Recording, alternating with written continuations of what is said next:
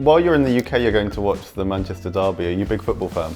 You know, I don't know too much about it, but I know my good friend Charlie Heaton is an Arsenal fan. Oh.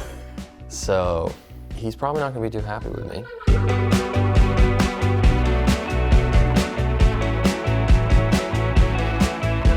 Hi, I'm Nick, and I'm joined by Joe for the latest in Enemies in Conversation series.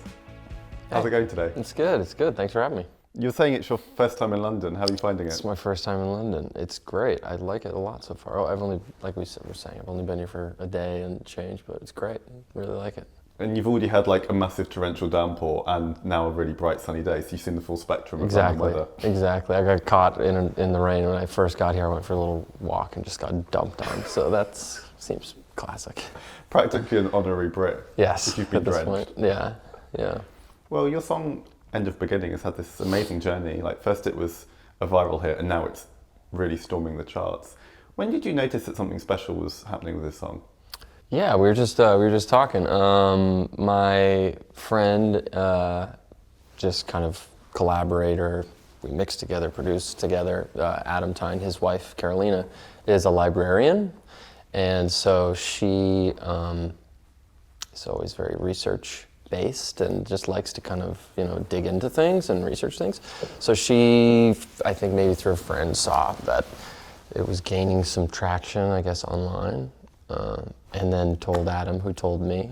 It kind of happens sometimes where your songs will hit a little bump and then it'll kind of go back down to where it was. But this time kind of just caught a little wave and then kept going up. So I have no idea really what's going on. Did it really take you by surprise? Because it wasn't released as a single when the album came out. It's kind of just happened of its own volition. It's totally happened. Yeah. I mean, it did take me by surprise, yeah. But it's cool. It seems like people have kind of hooked into the song. I mean, obviously people are using it in their connection to Chicago, but people are also connecting it to, their version of that city or that time in their life.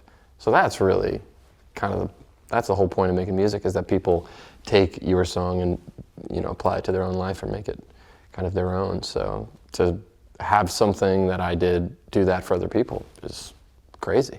That must be so affirming that this song that's about a particular sentiment for you, people have been able to kind of take that sentiment and apply it to their own experience. It's very weird. It has not happened to me until now. It's very cool. It is not lost on me how kind of rare also that is. Because it's like for me, I wasn't trying to necessarily write something. I didn't sit down and say, I'm gonna write something that a lot of people can relate to. I kind of just wrote something based on my own personal experience and the way that I was feeling. And the fact that so many other people feel that way too is so cool. What were you feeling when you wrote the song? What was kind of going through your head? It was basically, it's just a reflection on my time in my early 20s living in Chicago, where I went to college and graduated and played in a few bands and was kind of in the music scene and waiting tables and auditioning for commercials and stuff. And every time I go back to Chicago and just the smell of the city and the neighborhoods where I used to hang out and the bars that I used to go to, and just kind of going back to those places and reliving that and kind of that life flashing before your eyes, I guess. It's about that experience, I guess, and about how I was kind of on the precipice of a big change in my life and was so anxious to live out my future that maybe I didn't realize what a special time I was in at the time. In a lot of ways, it's a song about kind of nostalgia, another version of me and stuff, but it's also kind of like a self-declaration to try to appreciate your present also, but how your past kind of will always stay with you and inform who you are. I feel like at that age, when you do go off to college, uni, early 20s, people are always in such a rush for the next thing. Yeah. And they don't quite appreciate how magical that time is in a way. Definitely, because it's your first time for me, it was my first time living as an adult on my own, guess like schedule. I was like really making my own schedule for the first time in my life. I guess also that just those relationships that you make at that time, friendships that you have are so important. And for me, will be my friends for life. So yeah, just kind of like a song that is bittersweet is the way that I feel about that time. Happy that it happened, sad that it's over, but it was very formative. So that's the feeling I feel like the song really captures, of going back to somewhere where you used to live and hang out, and having that like rush of nostalgia, but also knowing that you can never get that back. That's always going to be slightly sad, isn't it? It is. Yeah, it really is. I mean, I guess that is kind of nostalgia. And then I guess in terms of the way that the song came together, it was different than the rest of the songs on that album because it was one that was started and finished at the studio. The first record I just did at home and then mixed it at home. The second one, I wrote a lot of the stuff at home. Me and Adam wrote stuff together, and then we brought, I think like maybe 10 or 11 or 12 songs into like a studio in LA, this place Sound Factory. And we worked with this great guy, Davide, this engineer. And we retracked some drums, we retracked a lot of vocals, we put stuff together. So it was kind of like a half and half at home and then in the studio. And then towards the end of it, we kind of felt like there was like a gap missing in the whole album. I felt that way. And there was like an idea that was just a voice note, that it was a melody and a guitar thing. And so me and Teddy, who did the drums on the record and some of the guitar, he actually played that kind of wailing guitar in the beginning as well. He's the drummer of Slow Pulp also. I love Slow Pulp, Slow Pulp's amazing. We tracked the 3 parts live, the drums, bass, and guitar, and just kind of did it in this way that felt just like an older way of recording. Just writing the song in the studio, quick and dirty, and trying not to be complicated, not overthink it. I also think that has a lot to do with why the song feels the way that it feels, because I guess what I learned through that is that sometimes over baking things isn't necessarily the best. Going too detail focused and really getting in the weeds can be fun and can get great results, but kind of also informed the way that I'm trying to do stuff now, which is really capturing the inspiration for ideas as they sort of happen naturally, rather than trying to have that happen at home and then recreate it, because you generally can't get that initial thing back. So it's kind of all about sort of tricking yourself, and with that song I felt like I was able to trick myself because I sort of knew what the song was going to be about, kind of knew what the, set it up where I knew the structure of the song, sort of, I knew kind of what we wanted it to be about, and then once we got to the studio it just was like, whoosh, and it happened really quickly. And I think that's why maybe it has the kind of directness that it has. What kind of purpose do you see that song as having on the album? Because you've sequenced it kind of in the middle. Did it feel like the centerpiece when you made it? Didn't really feel like the centerpiece. It just felt like different than everything else to me, and it just kind of felt like the right place, I guess, to put it. I kind of didn't really know where to put it, actually. It's funny. I kind of knew the beginning and I kind of knew the end, and so it felt like kind of this really nice middle point. It's funny, you listen back, like this song now having this moment, I hadn't really listened to Decide in a while, so I listened back to it, and still you're like maddened by it. Like I wish I had, But it is what it is. I'm happy with what it is, but it is always funny to look back, and now with even more perspective to be able to have an opinion on it. Yeah, I guess because is the album about 18 months old now? It's old. Yeah, in my mind, I kind of have moved on. I guess you made it even before we all heard it. Way before. It was done like 6 months before it even came out. So, yeah, it's funny. I guess that's just the way it works, though. How would you say your sound progressed on Decide? Like, who were your influences when you were making the album? I was listening to a lot of house music. I was listening to a lot of Gustaffelstein, I don't know how to pronounce it. A lot of Justice, a lot of Daft Punk. I was listening to Charli XCX a fair amount. Caroline Polachek, I had found her stuff, was into. One Who Tricks Point Never, I kind of discovered that guy through the Safdie Brothers movies. Yeah, it was a lot, but then always there's an element of the Beatles and kind of more classic songwriters And that was kind of more of an influence, I guess, especially on the first thing that I did. Yeah, I guess those are kind of the main ones, but hard to completely remember.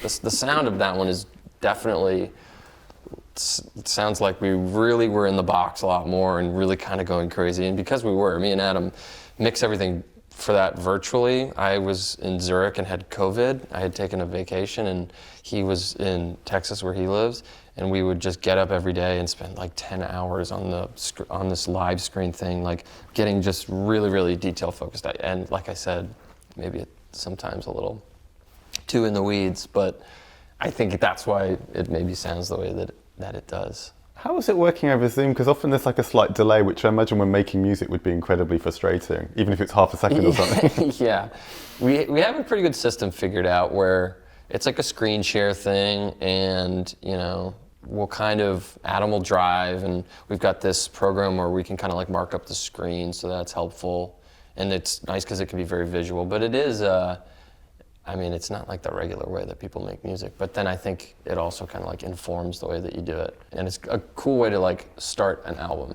is with like an idea of how you want to work. And that can really inform what happens.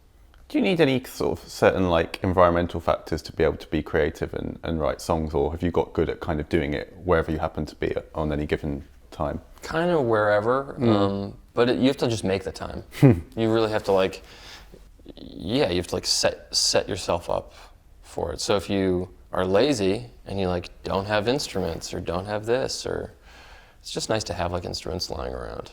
So that's kind of the only thing. Maybe coffee.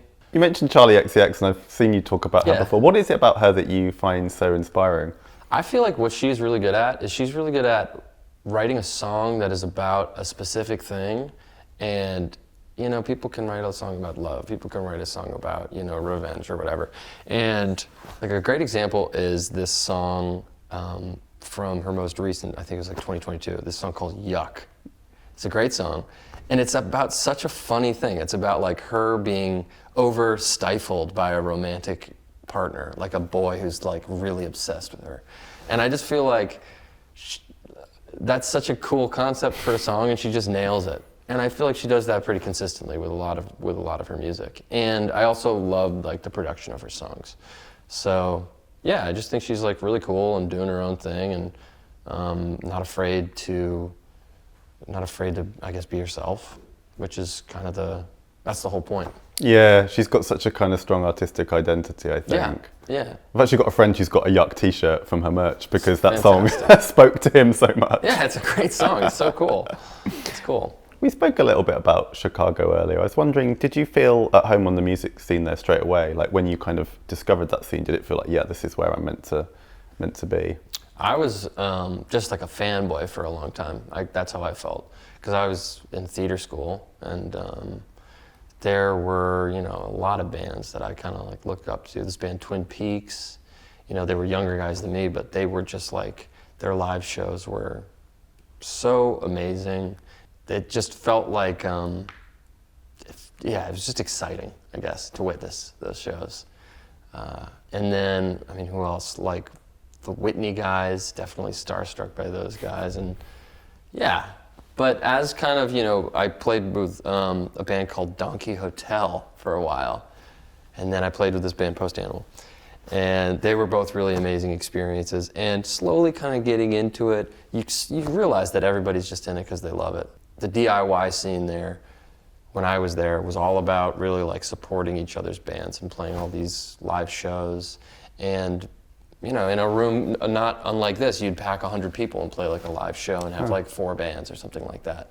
And it was just awesome. It was just really cool. People were doing it for what felt like all the right reasons. People just wanted to like play live music and hear live music, and,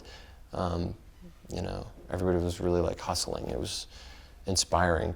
Also to see all, people were being so creative and inventive with all the choices that they're doing, that it was like really inspiring to me with my own music and stuff. So it was just cool to be a part of, yeah. Was it like a gradual kind of realization that you were playing in bands, but did you think at some point I kind of want to do my own project? When I really found, I guess I started recording music. That was really when I first started. I didn't love just writing a song on guitar and playing it and singing it. That's never been like my forte necessarily. It's like in the recording process, that's the most rewarding thing for me. So I guess like I had Logic and downloaded that illegally and started making little loops and putting things together. Maybe when I was like at end of college or something like that. And that's where I was kind of like, oh, cool, this is really fun. And when you're in a band, there's always that little part of you that's like, that wants control. You're like, oh, I really think that we should play it this way.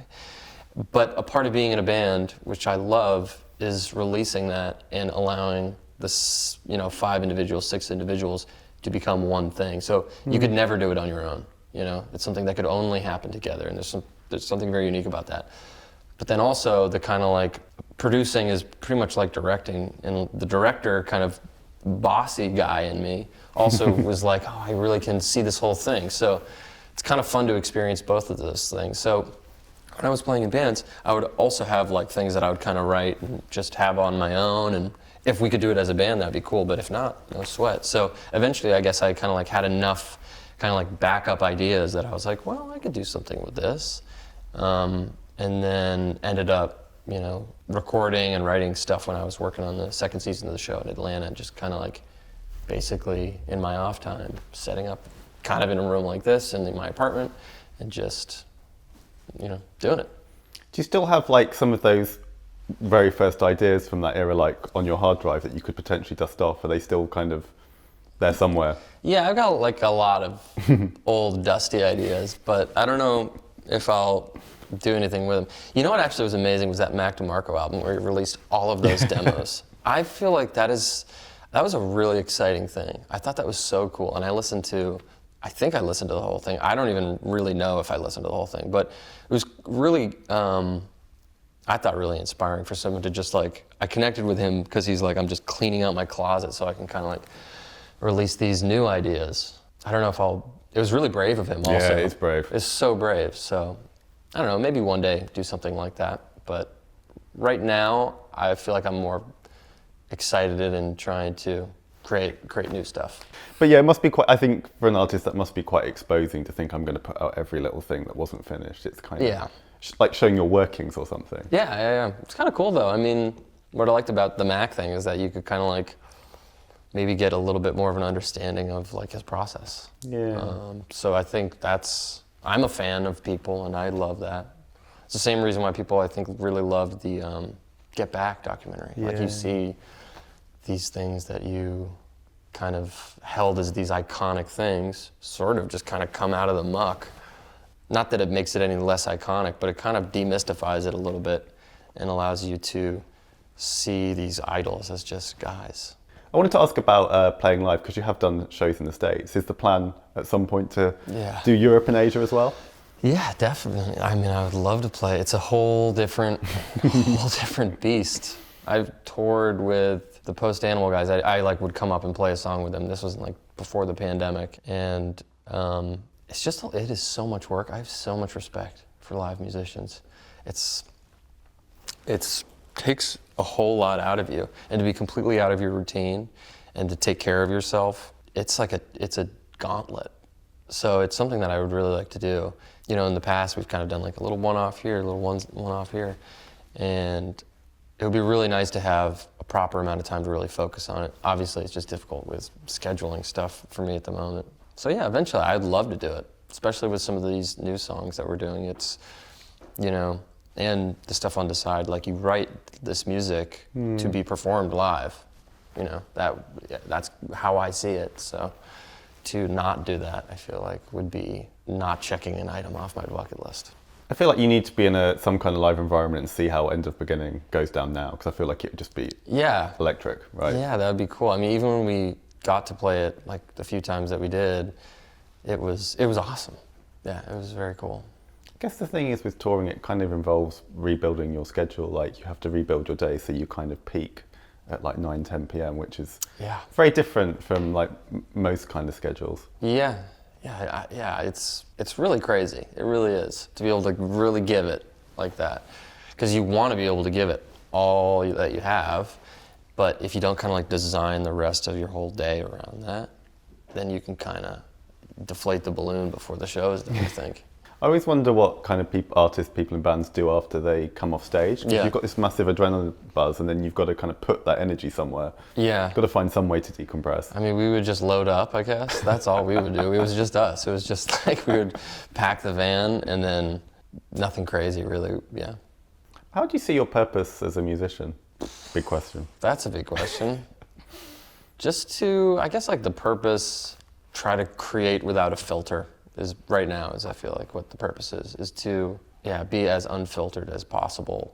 Yeah, just to create.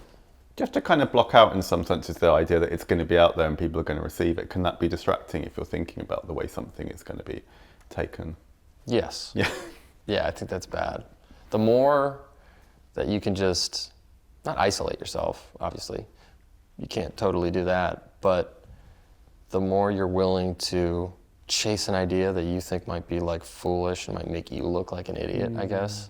Like going down those paths, I think, are important paths to go down. Because the best stuff, I feel like, is down there. Is there anyone in particular you'd like to collaborate with, like whether it's an artist or a producer or just anyone? Oh man, so many. Maybe Jeff Lynne, I guess, is maybe my top guy. Because he's pretty old, and I love all of his music and the way that he created all of his music and the people he's worked with, I guess, yeah. But there's so many people. There's so many talented people who would be, and also I haven't really like collaborated like that in a way with people who are kind of like outside of my direct friend group. Because it's like it's a sensitive thing to do. But I do think that kind of going down the path I was just talking about, kind of putting yourself in these uncomfortable situations, I've kind of learned in the acting way. That's really good, to make yourself kind of uncomfortable, kind of you find something new. And so I understand that that's the right thing to do, but I haven't quite put myself there in the music space yet. And that's sort of opening yourself up to new people. Well, yeah, I always feel like the idea of like putting a musician with another songwriter, another producer, and saying, right, you've never met before, but talk about the most intimate things in your life that you're feeling with someone, that's a lot. Yeah, but it can also, it can totally close down, but it can also incite something really amazing. Yeah. So if you don't even take the chance, that will never happen. And I feel like now maybe that I feel a little bit more comfortable in like a studio space and a little bit more confident in terms of writing. Maybe that's something I'd like to do sooner rather than later now. Do you have any particular aims for this year, or is it too hard to kind of plan at this point? No, not really any aims. I mean, I would like to get new music out. I like to make myself like a home base, I guess, personally in my life, I guess. And just spend time with my close friends and family and plan a trip. I'd like to plan like a proper trip that doesn't involve like, I do so many trips that are like, I've been working on music with friends, or my friend Adam will come to New York and work on music. But to do a trip that has nothing to do with any of that, that's just like, let's go hiking. Seems like would be a nice thing to do. While you're in the UK, you're going to watch the Manchester Derby. Are you a big football fan? I don't know too much about it, but I know my good friend Charlie Heaton is an Arsenal fan. Oh. So he's probably not going to be too happy with me that I'm going to this game, but what can I say? It's a big match that you're going to. It seems like an amazing match that I'm going to. So I'm really excited. The only football match I've been to was in Italy. Was in Rome. I saw Roma versus Inter Milan. I mean, that would be a big match too. And it was amazing. It was really cool. So I feel like a spoiled, rotten brat going to these games. So, I hope the atmosphere will be amazing in Manchester. I think so. Yeah, thanks so much for your time. Really fun interview. Absolutely. Cheers. Thank you.